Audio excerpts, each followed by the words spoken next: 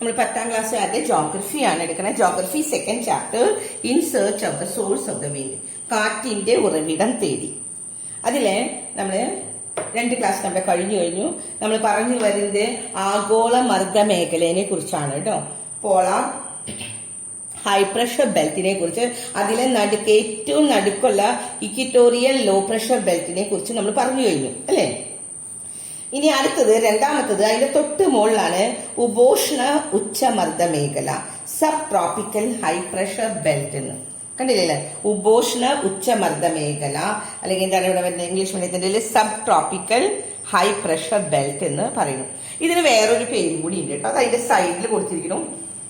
അത് ചിലപ്പോൾ നമുക്ക് പരീക്ഷയ്ക്ക് ചോദിക്കാം, അതുകൊണ്ട് നിങ്ങളൊന്ന് മനസ്സിലാക്കി വെക്കണം. അതിന്റെ ക്വസ്റ്റ്യൻ ഫുള്ളായിട്ട് പഠിക്കണ്ട കേട്ടോ. ഇതിന് ഹോഴ്സ് ലാറ്റിറ്റ്യൂഡ് എന്ന് പറയുമെന്ന്. ഹോഴ്സ് ലാറ്റിറ്റ്യൂഡ് എന്ന് ഈ പ്രദേശത്തിന്, ഏത് പ്രദേശത്തിനെയാണ്? അപ്പൊ ഇവിടെ നമ്മൾ പറഞ്ഞിരുന്നു മധ്യരേഖ ന്യൂനമർദ്ദ മേഖലയെ നമ്മൾ ഇതെന്ന് വിളിച്ചിരുന്നു ഡോൾഡ്രം അല്ലെ, നിർവാത മേഖല. ഓരോന്നിന്റെയും അഡീഷണൽ പേരുകൾ കൂടി പഠിച്ചു വെക്കുക കേട്ടോ. നിർവാത മേഖല എന്നാണ് പറയുന്നത്. അതുപോലെ ഇപ്പൊ നമ്മൾ സബ് ട്രോപ്പിക്കൽ ഹൈ പ്രഷർ ബെൽറ്റിന് വേറൊരു പേരുണ്ട്, ഹോഴ്സ് ലാറ്റിറ്റ്യൂഡ് എന്ന്. ഇനി എന്തുകൊണ്ടാണ് ഹോഴ്സ് ലാറ്റിറ്റ്യൂഡ്? അതൊന്ന് സൈഡിൽ പ്രത്യേകം മനസ്സിലാക്കി വെച്ചാൽ മതി. പണ്ട് യൂറോപ്പിൽ നിന്ന് അമേരിക്കയിലേക്ക് പോകുന്ന സമയത്ത് പഴയകാല ഒരു ചരക്ക് കപ്പലിലാണ് കൊണ്ടുപോകുന്നത്. നിങ്ങളത് മനസ്സിലാക്കാൻ മതി കേട്ടോ, അത് പഠിക്കൊന്നും വേണ്ട. ചരക്ക് കപ്പലിലാണ് അമേരിക്കയിലേക്ക് യൂറോപ്പിൽ നിന്ന് സാധനങ്ങൾ കൊണ്ടുപോയിരുന്നത്. ഈ ചരക്ക് കപ്പൽ കൊണ്ടുപോകാന്ന് പറഞ്ഞു കഴിഞ്ഞാൽ അതിനെന്ത് വേണം? അവിടെ പായ്ക്കപ്പലുകളാണ് അല്ലെ. പായ്ക്കപ്പലുകൾ പോണെങ്കിൽ ഈ അതിന്റെ പായകൾ അത് കിടന്നില്ലെങ്കിൽ കാറ്റ് വേണം. പക്ഷെ ഇവിടെ കാറ്റില്ലാത്തത് കൊണ്ട് അവിടുത്തെ പ്രധാന കയറ്റുമതി അവര് യൂറോപ്പിൽ നിന്ന് അമേരിക്കയിലേക്ക് കൊണ്ടുപോകുന്നത് കുതിരകളെയാണ് കേട്ടോ. ഈ കുതിരകളെ, ഹോഴ്സിനെയാണ് അവർ കൊണ്ടുപോകുക. ഈ കൊണ്ടുപോകുന്ന സമയത്ത് ഇവിടെ എത്തുമ്പോ ഈ ഉപോഷ്ണ ഉച്ചമർദ്ദ മേഖലയിൽ എത്തിക്കഴിഞ്ഞാൽ ഇവിടെ എന്താണ്, കാറ്റ് ഭയങ്കര ദുർബലമാണ്. കാറ്റ് ദുർബലമാകുന്ന സമയത്ത് ഈ പാഴ്ക്കപ്പലുകൾക്ക് പോകാൻ പറ്റില്ല. അവിടുത്തെ വിൻഡ് ഭയങ്കര ഫീബിൾ ആകുമ്പോ, ഈ സബ് ട്രോപ്പിക്കൽ റീജിയനിൽ വിൻഡ് ഫീബിൾ ആണെന്ന് നമ്മൾ പറഞ്ഞു. വിൻഡ് ഫീബിൾ ആവുന്ന സമയത്ത് അവിടുത്തെ ആ ഷിപ്പുകൾക്ക് സെയിൽ ചെയ്യാൻ പറ്റുന്നില്ല, പോകാൻ പറ്റണില്ല. അങ്ങനെ വരുന്ന സമയത്ത് ഷിപ്പുകൾ വിചാരിക്കുകയാണ്, ഈ കപ്പലുകൾ വിചാരിക്കും ഒന്ന് ഭാരം കുറച്ചാൽ സഞ്ചാരം എളുപ്പമാവുന്നു. ഇനാ to make the ship lighter, കുറച്ചുകൂടി വെയിറ്റ് ഒന്ന് കുറയ്ക്കാനായിട്ട് അവരെന്ത് ചെയ്യും, അതിലുള്ള കുതിരകളെ അവർ കൊണ്ടുപോകുന്നത്, ആ കുതിരകളെയൊക്കെ അവിടെ ഇറക്കി വിടും. കപ്പലിന്റെ ഭാരം കുറച്ചാൽ സഞ്ചാരം എളുപ്പമാകുന്നതുകൊണ്ട് ഈ കുതിരകളിലെ പലതിനെയും കടലിൽ അവർ ഉപേക്ഷിക്കും, അവിടെ എടുത്ത് കളയും. കാരണം അവരുടെ വെയിറ്റ് കുറയ്ക്കാൻ, വെയിറ്റ് കുറയാത്തതുകൊണ്ട്, വെയിറ്റ് ഭയങ്കര കൂടുതലായതുകൊണ്ട് അവിടെ കാറ്റ് കുറവാണ്. കാറ്റുണ്ടായിരുന്നെങ്കിൽ ശരിക്കും പായ്ക്കപ്പലിലേക്ക് പോകാൻ പറ്റിയിരുന്നു. പക്ഷെ കാറ്റ് കുറവാണ്, അതുകൊണ്ട് കുതിരകളെ കുറെ അവിടെ ഇടും. അങ്ങനെയാണ് ഈ ഉപോഷ്ണ ഉച്ചമർദ്ദ മേഖലയ്ക്ക് കുതിര അക്ഷാംശം എന്നും കൂടി പേര് വന്നു. കിട്ടിയോ? അപ്പൊ ഹോഴ്സ് ലാറ്റിറ്റ്യൂഡ് അല്ലെങ്കിൽ കുതിര അക്ഷാംശം എന്നാണ് ഉപോഷ്ണ ഉച്ചമർദ്ദ മേഖലയുടെ പേര്. എന്താണ് കാരണം? എവിടെ നിന്നാണ് സ്ഥലം പഠിച്ചേക്കുക? യൂറോപ്പിൽ നിന്ന് അമേരിക്കയിലേക്ക് പായ്ക്കപ്പലുകളിലാണ് അവരെന്ത് കൊണ്ടുപോയിരുന്നത്? അവരുടെ ഷിപ്പില് അവർ കൊണ്ടുപോകുന്ന സമയത്ത് കുതിരകളെ കൊണ്ടുപോയിരുന്നു, ഹോഴ്സിനെ അല്ലെ. അവിടെ വിൻഡ് ഫീബിൾ ആയതുകൊണ്ട് അവർക്ക് കപ്പലുകൾക്ക് പോകാൻ പറ്റുന്നില്ല. അപ്പൊ അവരെന്ത് ചെയ്യും? In order to lighter the weight കുറയ്ക്കാൻ വേണ്ടി അവരെന്ത് ചെയ്യും? ഹോഴ്സസിനെ put into the sea, കടലിലേക്ക് ഇടും. അങ്ങനെ ഇടുമ്പോൾ ഈ സ്ഥലത്തിന് നമ്മൾ എന്തെന്ന് പറയുന്നത്? കുതിര അക്ഷാംശം എന്ന പേര് വന്നത്. അത് നിങ്ങൾ മനസ്സിലാക്കാനുള്ളൂ. ഇനി അടുത്ത് നമുക്ക് ഇവിടെയാണ് പഠിക്കാനുള്ളത്. ഈ മധ്യരേഖാ പ്രദേശത്ത്, ഇവിടെ മധ്യരേഖാ പ്രദേശത്ത് എന്താ സംഭവിക്കുക? ചൂട് പിടിച്ച് ഉയരുന്ന വായു ക്രമേണ തണുത്ത്, ഇവിടെ നടുക്ക് നമ്മൾ പറഞ്ഞു നല്ല ചൂടാണ് അല്ലെ. ഈ മധ്യരേഖാ പ്രദേശത്ത് ഇവിടെ എന്ത് സംഭവിക്കുന്നത്? കാറ്റ്, നല്ല ചൂട് വരുന്ന സമയത്ത് കാറ്റ് പൊന്തി പോകുന്നു പറഞ്ഞു. ഇക്വിറ്റോറിയൽ ലോ പ്രഷർ ബെൽറ്റിന്റെ അവിടുന്ന് കാറ്റ് മുകളിലേക്ക് പൊന്തുകയാണ്. വായു ക്രമേണ തണുത്ത് ഭൂഭ്രമണത്തിന്റെ സ്വാധീനത്താൽ ഉപോഷ്ണ മേഖല എത്തുമ്പോഴേക്കും താഴും. എന്താ സംഭവിക്കുന്നത്? ഇവിടെ നല്ല ചൂടാണ് നടുക്ക് അല്ലേ. മധ്യരേഖ ന്യൂനമർദ്ദ മേഖലയില് നല്ല ചൂടായതുകൊണ്ട് വായു മുകളിലേക്ക് പോകുന്നുണ്ട്. പക്ഷെ തൊട്ടപ്പുറത്ത് എത്തുമ്പോഴേക്കും വായു എന്ത് സംഭവിക്കാം? ഇവിടെ സബ് ട്രോപ്പിക്കൽ ഹൈ പ്രഷർ ബെൽറ്റിലേക്ക് വരുമ്പോഴേക്കും ഇവിടെ നിന്ന് നല്ല ചൂടിൽ വായു മുകളിലാണ് നിൽക്കണേ, ആ വായു താഴേക്ക് എത്തും. കാരണം എന്താണ്? എന്തിന്റെ കാരണം കൊണ്ടാണ് നിൽക്കേ? ഭൂഭ്രമണത്തിന്റെ സ്വാധീനത്താൽ. എന്തിനാ നോക്കിയത് അടയാളപ്പെട്ടി കേട്ടോ. ഭൂമിയുടെ ഭ്രമണത്തിന്റെ ഫലമായിട്ട് എന്ത് സംഭവിക്കുന്നത്? Equatorial low pressure belt cool ചെയ്യാണ് gradually and subsides at the subtropical zone due to the rotation of the earth. എന്താ കാരണം വരുന്നത്? ഇവിടെ റൊട്ടേഷൻ ഓഫ് ദ എർത്ത്, എർത്തിന്റെ റൊട്ടേഷൻ കൊണ്ട് എർത്ത് ഇങ്ങനെ കിടന്ന് കറങ്ങല്ലേ, അപ്പൊ ആ കറങ്ങുന്നത് കൊണ്ട് എയർ താഴേക്ക് വരും. അങ്ങനെ ഈ പ്രദേശത്തിലുടനീളം ഉച്ചമർദ്ദം അനുഭവപ്പെടുന്നതിന്, അതുകൊണ്ടാണ് അവിടെ ഉച്ചമർദ്ദം അനുഭവപ്പെടുന്നതിന് കാരണം. അപ്പൊ എന്തുകൊണ്ടാണ് അവിടെ ഉച്ചമർദ്ദം ഭയങ്കര അവിടെ വരാനുള്ള കാരണം എന്താണെന്ന്? എന്താ കാരണം?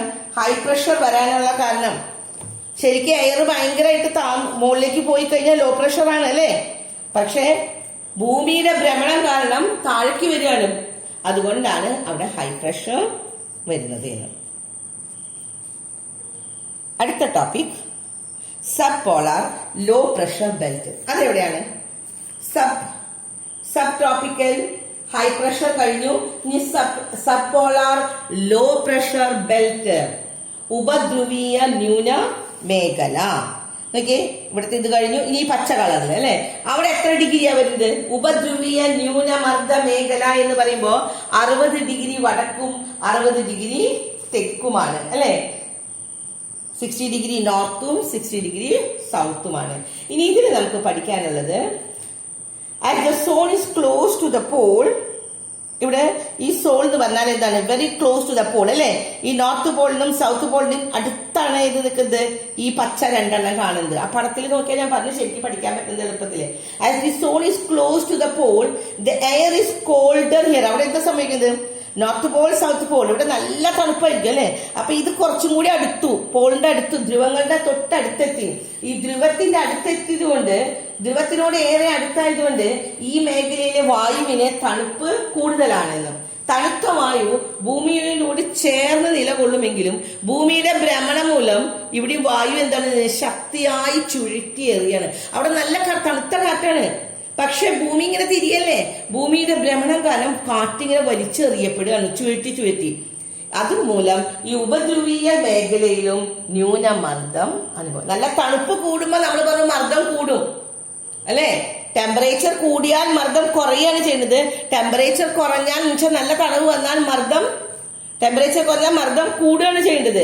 പക്ഷെ ഇവിടെ മർദ്ദം കൂടുതൽ അനുഭവപ്പെടുന്നുണ്ട് തണുക്കുമ്പോഴും. കാരണം എന്താണ്? ഭൂമിയുടെ ഭ്രമണം കാരണം. അതാണ് ഇവിടെ ശരിക്കും ശ്രദ്ധിക്കേണ്ടത് കേട്ടോ.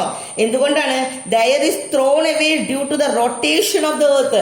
എർത്ത് റൊട്ടേറ്റ് ചെയ്യാണ്, ശരിക്കും നല്ല തണുത്ത കാറ്റാണ്, കാരണം പോളിന്റെ അടുത്താണ്, ധ്രുവങ്ങളുടെ അടുത്താണ്. പക്ഷെ ഭൂമി ഇങ്ങനെ കറങ്ങുമ്പോൾ ഈ കാറ്റിനെ വലിച്ചെറിയാണ്, അതുകൊണ്ട് ചുഴറ്റി എറിയപ്പെടുന്നു. അതുകൊണ്ട് ഇതിന് ഉപധ്രുവീയ മേഖലയിൽ ഉടനീളം ന്യൂനമർദ്ദം അനുഭവപ്പെടുന്നത്. ഇനി അടുത്തതാണ് നമ്മളിവിടെ പറയുന്നത് പോളാർ ഹൈ പ്രഷർ ബെൽറ്റ് എന്ന്. Polar high pressure, polar low pressure കഴിഞ്ഞു, ലാസ്റ്റില് പോളാർ ഹൈ പ്രഷർ ബെൽറ്റ്. അതെവിടെയാണ്? ധ്രുവങ്ങളിൽ അല്ലെ, ധ്രുവീയ ഉച്ചമേഖല. പോളാർ ഹൈ പ്രഷർ ബെൽറ്റ് എന്ന് പറഞ്ഞാൽ എന്താണ് ഇവിടെ വരുന്നത്? അവിടെ വർഷം മുഴുവനും എന്താ സംഭവിക്കുന്നത്? നല്ല തണുപ്പാണ്, വർഷം മുഴുവനും കൊടും തണുപ്പ് അനുഭവപ്പെടുന്ന മേഖലയാണിത്. ധ്രുവങ്ങളിലെ അതികഠിനമായ തണുപ്പിൽ അവിടുത്തെ വായു തണുക്കുന്നത് കൊണ്ട് ഈ മേഖലയിൽ വായുവിന് നല്ല തണുപ്പാണ്. എന്ന് പറഞ്ഞാൽ ടെമ്പറേച്ചർ ഭയങ്കര കുറവാണ്. ടെമ്പറേച്ചർ കുറഞ്ഞാൽ മർദ്ദം കൂടും അല്ലെ, സദാ ഉച്ചമർദ്ദം. അവിടെ എപ്പോഴും എന്താണ്? ഉച്ചമർദ്ദമാണ് എന്ന്. കിട്ടിയോ? എന്താ ഇവിടെ പറയുന്നത്? This zone experience severe cold. നല്ല തണുപ്പാണ് അവിടെ അല്ലെ, നോർത്ത് പോളിലും സൗത്ത് പോളിലും നല്ല തണുപ്പാണ്. ഈ പോളാർ ഹൈ പ്രഷർ ബെൽറ്റിൽ നല്ല തണവായതുകൊണ്ട്, ഈ തണവുള്ളത് കൊണ്ട് എന്താ സംഭവിക്കുന്നത്? There remains chilled. എയർ നല്ല ചില്ലാകാണ് under the extreme cold that prevails over the pole and this contribute to the steady high pressure experience here. അവിടെ അതുകൊണ്ട് നല്ല ഹൈ പ്രഷർ ആണ് ഉണ്ടാകുന്നത് എന്ന്. അപ്പൊ നമ്മള് ഈ പടത്തിത്തെ എല്ലാം നമുക്കിവിടെ കഴിഞ്ഞു. നമ്മൾ എന്തൊക്കെ ഇപ്പൊ പറഞ്ഞു കഴിഞ്ഞു?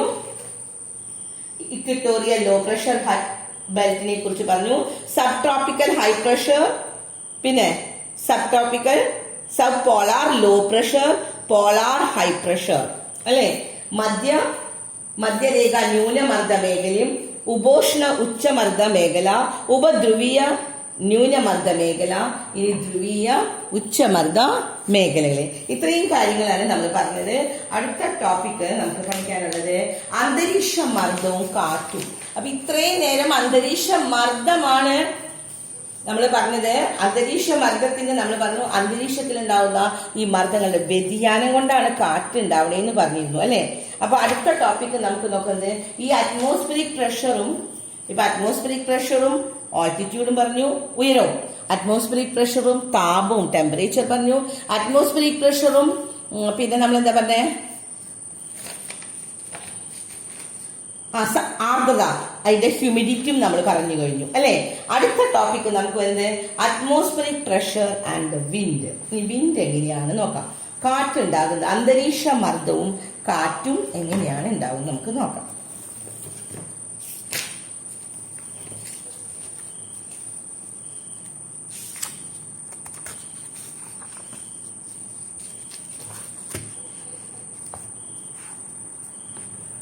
അന്തരീക്ഷ മർദ്ദവും കാറ്റിലും അറ്റ്മോസ്ഫിയറിക് പ്രഷർ ആൻഡ് വിൻഡ്.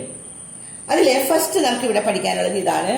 ഉച്ചമർദ്ദ മേഖലയിൽ നിന്ന് ന്യൂനമർദ്ദ മേഖലയിലേക്ക്, കണ്ടില്ലേ ഇവിടെ, ഉച്ചമർദ്ദ മേഖലയിൽ നിന്ന് ന്യൂനമർദ്ദ മേഖലയിലേക്കുള്ള വായുവിന്റെ തിരശ്ചീന ചലനത്തിനെയാണ് കാറ്റുകൾ. അടയാളപ്പെടുത്തി വയ്ക്കുക കേട്ടോ. ഉച്ചമർദ്ദ മേഖലയിൽ നിന്ന് ന്യൂനമർദ്ദ മേഖലയിലേക്കുള്ള വായുവിന്റെ തിരശ്ചീന ചലനത്തിനെയാണ്, ഉച്ചമർദ്ദ മേഖലയിൽ നിന്ന് ന്യൂനമർദ്ദയിലേക്ക് പോകുന്നതിനെയാണ് നമ്മൾ എന്ത് പറയുന്നത്, കാറ്റുകൾ എന്ന് നമ്മൾ പറയുന്നത്. ദ ഹൊറിസോണ്ടൽ മൂവ്മെന്റ്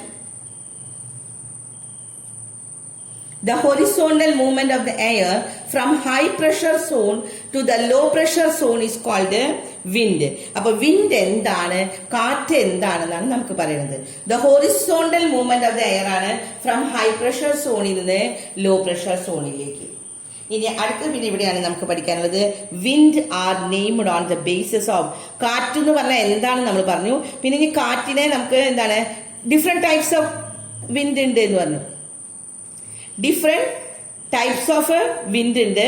അതെല്ലാം എന്താണ്, ലൈറ്റ് ബ്രീസ് ആൻഡ്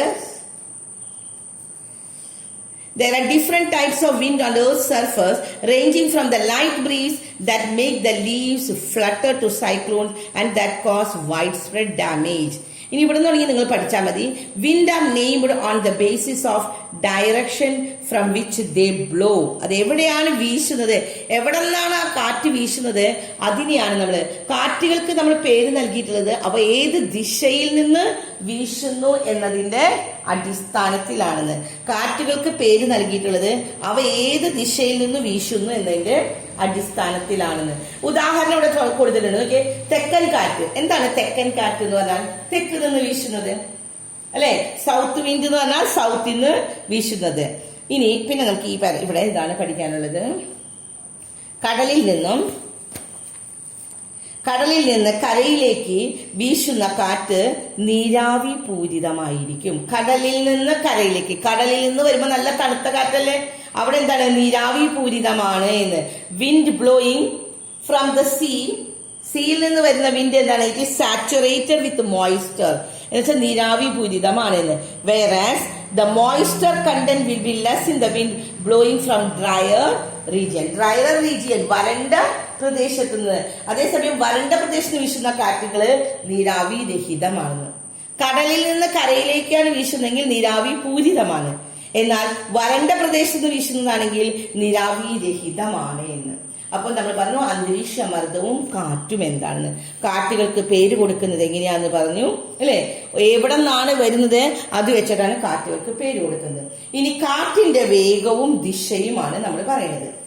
എന്താണ് കാറ്റിന്റെ വേഗവും ദിശയും, എന്തിനെയൊക്കെ ആശ്രയിക്കുന്നത്, അതിന് കുറച്ച് ഘടകങ്ങൾ ഉണ്ടെന്ന്. കാറ്റിന്റെ വേഗവും ദിശയും, the speed and the direction of the wind. സ്പീഡിനനുസരിച്ച്, സ്പീഡിനെയും ഡയറക്ഷനെയും ബേസ്ഡ് ഓൺ മൂന്നെണ്ണം. ഏതൊക്കെയാണ്? ഒന്ന് പ്രഷർ ഗ്രാഡിയന്റ്, മർദ്ദത്തിന്റെ ചെരിവ്. പിന്നെന്താണ്? കോറിയോളിസ് ഫോഴ്സ്, കോറിയോളിസ് ഫോഴ്സ് എന്ന കോറിയോളിസ് പ്രഭാവം, പിന്നത്തെ ഘർഷണം ഫ്രിക്ഷൻ. 3 കേട്ടോ. ഈ 3 നമുക്ക് പഠിക്കാം. 3 കുറിച്ചും ഓരോന്നിനെയും കുറിച്ചും നമ്മൾ എക്സ്പ്ലെയിൻ ചെയ്യാൻ പോവാണ്. അപ്പൊ കാറ്റിന്റെ വേഗവും ദിശയുമാണ്. അത് ഏതിനെയൊക്കെ 3 കാര്യങ്ങൾ ആസ്പദിച്ചാണ്. ഒന്ന് മർദ്ദച്ചെരിവ്, കോറിയോളിസ് പ്രഭാവം, ഘർഷണം. കിട്ടിയില്ലേ? Pressure gradient, Coriolis force, friction. അതിൽ ഫസ്റ്റ് വൺ നമ്മൾ നോക്കാണ് പ്രഷർ ഗ്രാഡിയന്റ് എന്ന് പറഞ്ഞാൽ മർദ്ദച്ചെരിവ്. മർദ്ദച്ചെരിവ് എന്താണ് നമുക്ക് നോക്കാം. പ്രഷർ ഗ്രാഡിയന്റ് ഫസ്റ്റ് ലൈൻ നമുക്ക് പഠിക്കണം. വാട്ട് ഈസ് പ്രഷർ ഗ്രാഡിയന്റ് എന്ന്. ഭൗമോപരിതലത്തില് വിവിധ പ്രദേശങ്ങളിൽ അന്തരീക്ഷ മർദ്ദം വ്യത്യസ്തമായിരിക്കും. നമ്മൾ പറഞ്ഞു ഓരോ സ്ഥലത്തും ഭൗമോപരിതലത്തിലെ എല്ലാവർക്കും അന്തരീക്ഷ മർദ്ദം ഒരുപോലെയാണോ? അല്ല, ഓരോ പ്രദേശത്തും വ്യത്യാസമായിരിക്കും. ഇത്തരത്തില് തിരശ്ചീന തലത്തിൽ അനുഭവപ്പെടുന്ന മർദ്ദത്തിന്റെ വ്യതിയാനങ്ങളെ മർദ്ദച്ചെരിവ് എന്ന് പറയുന്നു. അപ്പൊ മർദ്ദച്ചെരിവ് എന്ന് പറഞ്ഞാൽ എന്താണ്? തിരശ്ചീന തലത്തില് മർദ്ദത്തിന് അനുഭവപ്പെടുന്ന മർദ്ദത്തിന്റെ വ്യതിയാനത്തിനെയാണ് എന്ന് പറഞ്ഞാൽ അറ്റ്മോസ്ഫിയറിക് പ്രഷർ എല്ലായിടത്തും ഒരുപോലെയാണ്, യൂണിഫോം അല്ലാന്ന്. ഇതാണ് പഠിക്കുന്നത്. Change of the pressure with horizontal distance is termed as pressure gradient. കിട്ടിയില്ല എല്ലാവർക്കും? തിരശ്ചീന തലത്തില് അനുഭവപ്പെടുന്ന മർദ്ദ വ്യതിയാനങ്ങളെയാണ് മർദ്ദച്ചെരിവ് എന്ന് പറയുന്നത്. ഇനി പിന്നെ നമുക്ക് പഠിക്കാനുള്ളത് അടുത്ത സെന്റൻസ് കൂടി പഠിക്കണം. The pressure gradient is said to be steeper, നല്ല കുത്തനെയായിരിക്കും, when the pressure difference is more. Pressure difference തിരശ്ചീന തലത്തിലെ മർദ്ദവ്യത്യാസം ഏറെയാണെങ്കിലും അവിടെ മർദ്ദച്ചെരിവ് എന്ത് സംഭവിക്കുന്നത്? കൂടുതലാകുകയാണ് ചെയ്യുന്നത് എന്ന്. ഇനി അടുത്ത് നമുക്ക് പഠിക്കാനുള്ള അടുത്ത ടോപ്പിക്കാണ് കോറിയോളിസിസ് ബലം. ഈ കോറിയോളിസിസ് ബലം നമുക്ക് അടുത്ത ക്ലാസ്സിലൊക്കെ പറഞ്ഞുതരാം. ഓക്കെ.